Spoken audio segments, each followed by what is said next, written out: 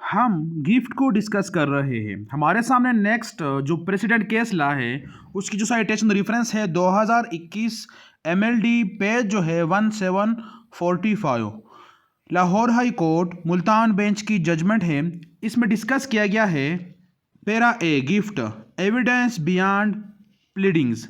ये एक general principle है कि जो प्लीडिंग में बयान किया गया है उसके मुताबिक एविडेंस को पेश किया जाएगा, यानी प्लीडिंग्स के बाहर बंदा नहीं जा सकता है, यानी दूसरे मामले को छेड़ नहीं सकता है।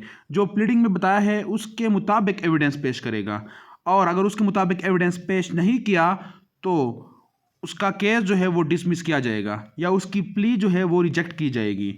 डिसहानेस्ट इम्प्रूवमेंट, यानी जो कार्रवाई की है वो बददियानती पर मबनी है। स्कोप, पिटिशनर ने यहाँ पर क्लेम किया है कि उसके फादर ने ओरली गिफ्ट किया है एंटायर लैंड उसे अपनी ज़िंदगी में, यानी हमेशा के लिए, और ये जाहिर नहीं किया है, ये नहीं बताया है कि स्पेसिफिक टाइम क्या है और डेट क्या है, प्लेस क्या है, और ना गवाहान के नाम दिए हैं कि उसके मौजूदगी में ये ओरल गिफ्ट की ट्रांजैक्शन हुई है। जो ज़मीन मुतदाविया है ये उसके फेवर में गिफ्ट हो चुकी है, तो ये एक्सप्लेनेशन नहीं दी गई है।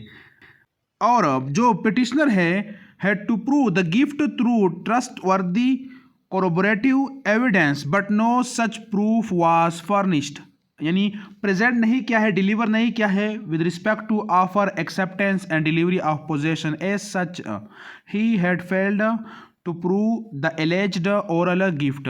वो नाकाम हो चुका है क्योंकि उन्होंने कोई ही ठोस शवाहिद और गवाह पेश नहीं किया है। Petitioner while appearing in the witness box had made unauthorized improvements, यानी कार्रवाई या डॉक्यूमेंट्स या कोई चीज़ as the names of the witnesses were not mentioned in the plaint, और जो प्लेंट है उसमें गवाहान के नाम ही मौजूद नहीं है। Evidence produced by the petitioner was out of pleadings which could not be considered or discussed rather was liable to be ignored, यानी जो चीज़ें उन्होंने पेश किए हैं वो प्लीडिंग से बाहर है और उसको इग्नोर किया जाएगा, उस पर कोई डिस्कशन नहीं होगी।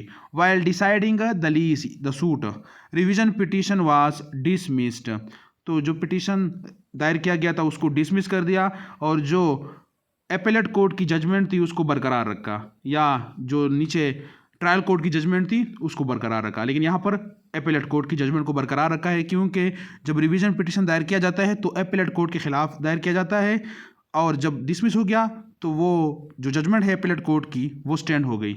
यहाँ पर यह बताया गया है कि जो पिटिशनर है उन्होंने ओरल गिफ्ट क्लेम किया है और फिर उन्होंने ना स्पेसिफिक डेट, टाइम, प्लेस और ना गवाहान के बारे में कुछ बताया है कि इसकी मौजूदगी में ये वारदात और ये कार्रवाई हुई, यानी ये ट्रांजैक्शन हो गया या वाक़या हो गया।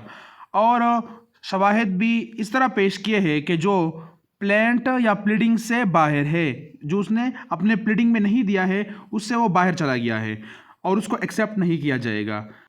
इससे हमें ये मालूम हो गया कि जब भी गिफ्ट की ट्रांजैक्शन होगी, चाहे ओरल गिफ्ट हो या रिटर्न गिफ्ट, हम स्पेसिफिक डेट भी लिखेंगे, टाइम भी लिखेंगे, प्लेस भी लिखेंगे और गवाहानों के नाम भी लिखेंगे और उससे दस्तखत या अंगूठा भी जब्त करवाएंगे, लगवाएंगे।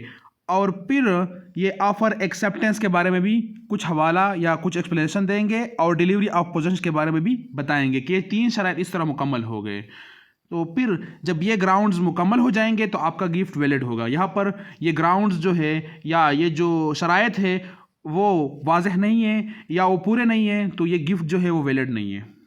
और जो एक्सप्लेनेशन हो गई कि गिफ्ट के मुतालिक इस तरह एविडेंस पेश किया जाएगा, तो यही प्रिंसिपल इन केसेस लॉ में डिस्कस किया गया है।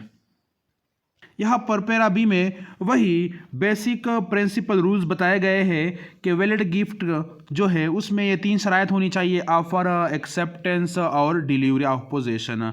और उसके बाद ये बताया गया है कि कोई भी बेज़ाब्तगी अगर होगी तो वो विशिएट कर देगी ये सारी ट्रांजैक्शन को, यानी ये गिफ्ट वैलिड नहीं रहेगा। आखिर में ये बताया है कि जो बेनिफिशियरी है, डोनी है, वो ट्रांजैक्शन को प्रूव करेगा और प्रूव किस तरह करेगा कि ऑफ़र, एक्सेप्टेंस और डिलीवरी और मुकम्मल जो इंफॉर्मेशन है, जो एक्सप्लेनेशन है, यानी exact information of day, time, date and presence of the witness देगा या बताएगा, और वो गवाहान भी पेश करेगा। यही प्रिंसिपल डिस्कस किया गया है। 2008 CMR पेज जो है 855, 2015 CMR पेज जो है 1, 2018 CMR पेज जो है 30, और वगैरह केसेस में ये डिस्कस किया गया है। और पैरा सी में वही 3 इंपॉर्टेंट और प्रीरिक्विजिट्स कंडीशन रिक्वायरमेंट्स बताए हैं जो हमें मालूम है, और ये बताया है कि ये कंडीशन जो है मैंडेटरी इन नेचर है, ज़रूरी है, लाजिम है। अगर ये हेयर मौजूद होंगे, एब्सेंस होंगे, या कोई भी एक इंग्रेडिएंट एब्सेंस होगा तो ये गिफ्ट इनवैलिड होगा, और यही डिस्कस किया गया है इन केसेस लॉ में। और इसके बाद एक दूसरा प्रिंसिपल ये बताया गया है कि जो रिवीजन है यानी conflicting finding of courts below, कि जो ऊपर कोर्ट का डिसीजन है वो टकरा रहा है नीचे कोर्ट के डिसीजन से, तो फिर किसको फ़कीयत हासिल है, तरजीह हासिल है। Scope findings of appellate court in the event of conflict of judgments are to be preferred and respected unless it is shown from the record that such findings are not supported by evidence। यहाँ पर यह बताया गया है कि जो फ़कीयत है, जो तरजीह है, वो एपेलेट कोर्ट को हासिल है, मगर जब यह साबित किया जाए कि जो रिकॉर्ड है या जो एविडेंस है वो जजमेंट उसके मुखालिफ है, तो फिर उसको सेटिसाइड किया जा सकता है। और यही डिस्कस किया गया है 2008 CMR पेज जो है 398।